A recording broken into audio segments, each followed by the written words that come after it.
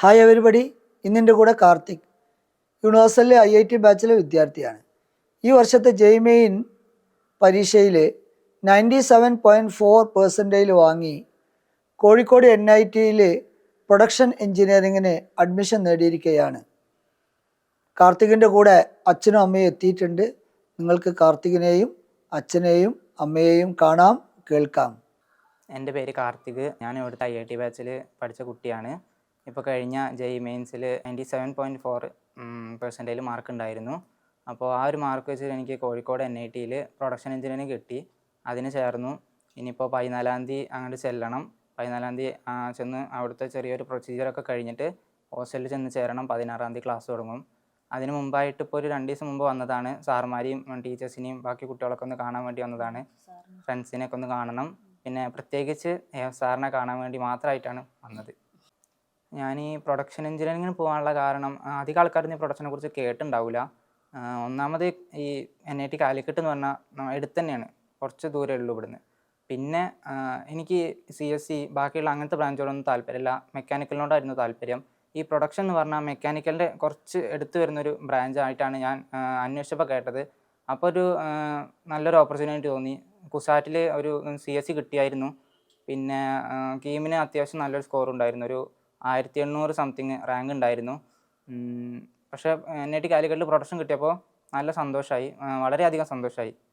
എൻ്റെ വീട് ഇവിടെ വളാഞ്ചേരി വലിയൊന്ന് എന്ന് പറഞ്ഞ സ്ഥലത്താണ്. അവിടുന്ന് കുറച്ച് ദൂരമേ, ഈ ഒരു 2 മണിക്കൂർ യാത്ര ചെയ്താൽ തന്നെ എത്തും. അപ്പോൾ ആ ഒരു യാത്രാ സൗകര്യം കൂടി നോക്കിയിട്ടാണ് NIT കാലിക്കറ്റ് സെലക്ട് ചെയ്തത്. പിന്നെ ഈ ഒരു അച്ചീവ്മെൻറ്റ് കിട്ടാൻ യൂണിവേഴ്സലിൻ്റെ റോൾ എന്താണെന്ന് ചോദിച്ചാൽ വളരെ വലിയൊരു റോളാണ്.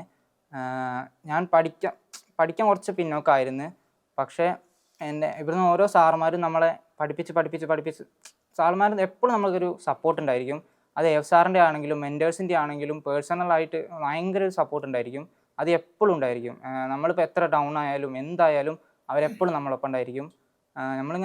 നമ്മൾ പഠിച്ചാൽ മാത്രം മതി, ബാക്കിയുള്ള എല്ലാ കാര്യങ്ങളും അവിടെ നോക്കും. നമ്മുടെ ഫുഡിൻ്റെ ആണെങ്കിലും ലോണ്ടറി ആണെങ്കിലും ബാക്കി എല്ലാം.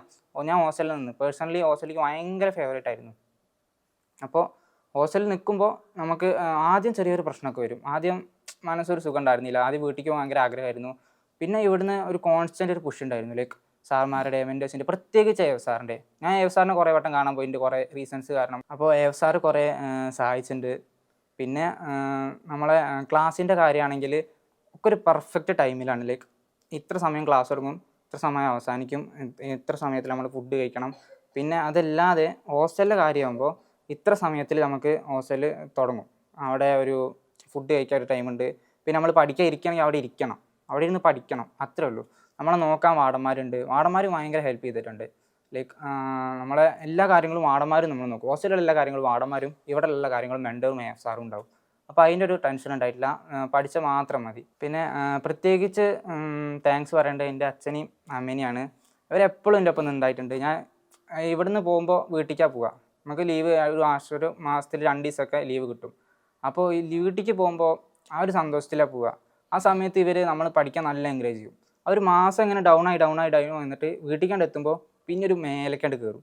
പിന്നെ അടുത്ത മാസം ഇങ്ങനെ ഡൗൺ ആയി വരുമ്പോൾ ഈ റിലേറ്റീവ്സ് അല്ലെങ്കിൽ നമ്മളെ അച്ഛനമ്മ, ഏറ്റവും കൂടുതൽ അച്ഛനമ്മയാണ്, അവർ നല്ല സഹായിച്ചിട്ടുണ്ട്. നമ്മളെ എപ്പോഴും ആ ഒരു മുകളിൽ നിൽക്കാൻ വേണ്ടി അവർ സഹായിച്ചിട്ടുണ്ട്. ഇനി പഠിക്കാനുള്ള കുട്ടികളോടേക്ക് പറയാനുള്ളത്, ഇവർ സാർ പറയണത് അല്ലെങ്കിൽ മെൻറ്റേഴ്സ് പറയുന്ന കാര്യങ്ങൾ കറക്റ്റായിട്ട് ചെയ്യുക. പിന്നെ ഇവിടെയുള്ള എല്ലാ എക്സാം അറ്റൻഡ് ചെയ്യുക. അത് വളരെ ഇമ്പോർട്ടൻ്റ് ആയിട്ട് കാര്യം. എക്സാം ഒന്നും മിസ്സാക്കരുത്. ചിട്ടയായിട്ടുള്ള പഠനം, പിന്നെ കുട്ടികൾക്ക് ആവശ്യമുള്ള സമയത്ത് അവർക്ക് കിട്ടുന്ന ഒരു മെൻ്റൽ സപ്പോർട്ട്, അതാണ് ഏത് കുട്ടികളുടെയും എക്സാമിനെ സഹായിക്കുന്നത്. അപ്പോൾ അത് യൂണിവേഴ്സലിൽ നിന്ന് തീർച്ചയായിട്ടും എൻ്റെ മകന് കിട്ടിയിട്ടുണ്ട്.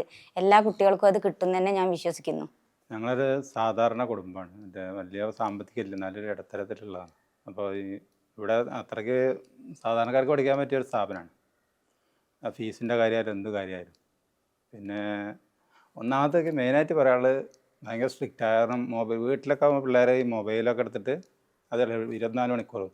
അപ്പോൾ ഇവിടെ അതിനൊരു സ്ട്രിക്റ്റ് ഉണ്ട്. ഇപ്പോൾ ഹോസ്റ്റലിലായാലും ഒരു ആഴ്ചയിലൊരു 10 മിനിറ്റ് കൊടുക്കണം, ഞായറാഴ്ച മാത്രം ഫോൺ ചെയ്യും. വേറെയുള്ള ഫോൺ ഉപയോഗമില്ല. അതന്നെ ഒരു മെയിൻ കാര്യമാണ്. ഇപ്പോഴത്തെ പിള്ളേരുടെ കാര്യം എല്ലാവർക്കും അറിയാമല്ലോ. വീട്ടിലിരുന്നാൽ നമ്മൾ പറഞ്ഞിട്ടും കാര്യമില്ല, അവർ ശ്രദ്ധിക്കില്ല. അവർ ആ ഫോണിൽ നോക്കിയിരിക്കുള്ളൂ. അപ്പോൾ ആ ഒരു കാര്യത്തിൽ നല്ല സ്ട്രിക്റ്റ് ഉണ്ട്. അപ്പോൾ കഴിയണവും ഇനിയിപ്പോൾ വീട് അടുത്താണെങ്കിൽ ഹോസ്റ്റലിൽ താമസിക്കുക കുട്ടികളെ വീട്ടിലേക്ക് കൊണ്ടുപോകരുത്, അതെനിക്ക് പറയാനുള്ളത്.